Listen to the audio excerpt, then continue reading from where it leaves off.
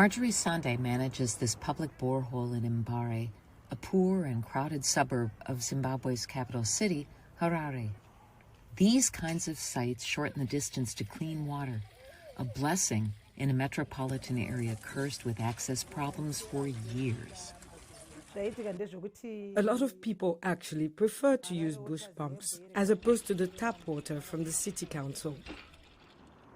Poor neighborhoods bear the brunt of water shortages, as residents often turn to public water points for free or low-cost access.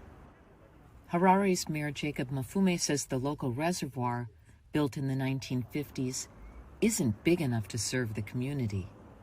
It was designed for a population of 500,000 people, and the greater Harare population has got 3 million people. So demand is outstripped supply.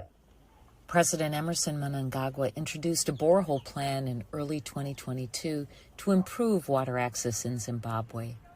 The plan builds on long-running efforts by local and international aid groups to provide public water sites.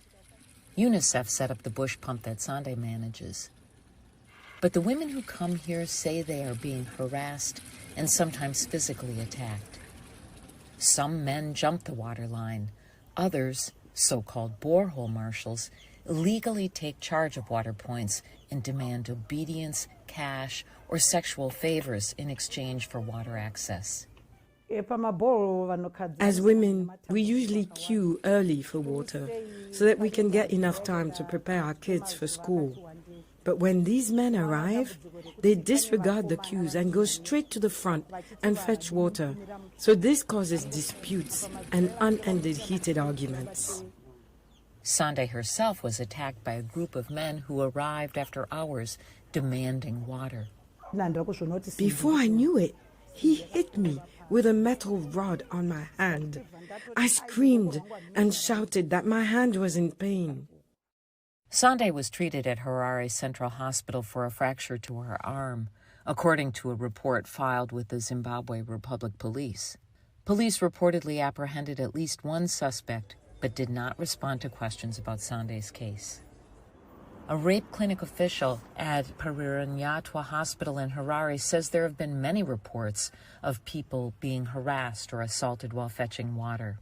So this sexual assault that takes place is a complex of a lot of things. So it can be as subtle as, if you want water, then you need to give me some form of sexual services.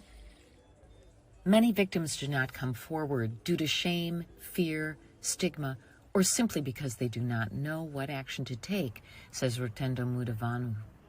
She works with a female empowerment program, Shamwari ya Mwanasikana, which in Shona means friends of the girl child.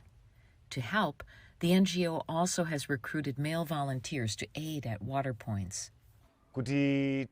Our main aim is to fight gender-based violence, so we are already having people at most of the water points.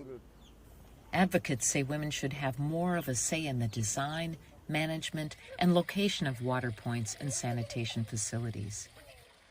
We would really want a permanent solution where we can access water from our own taps, from the comfort of our homes.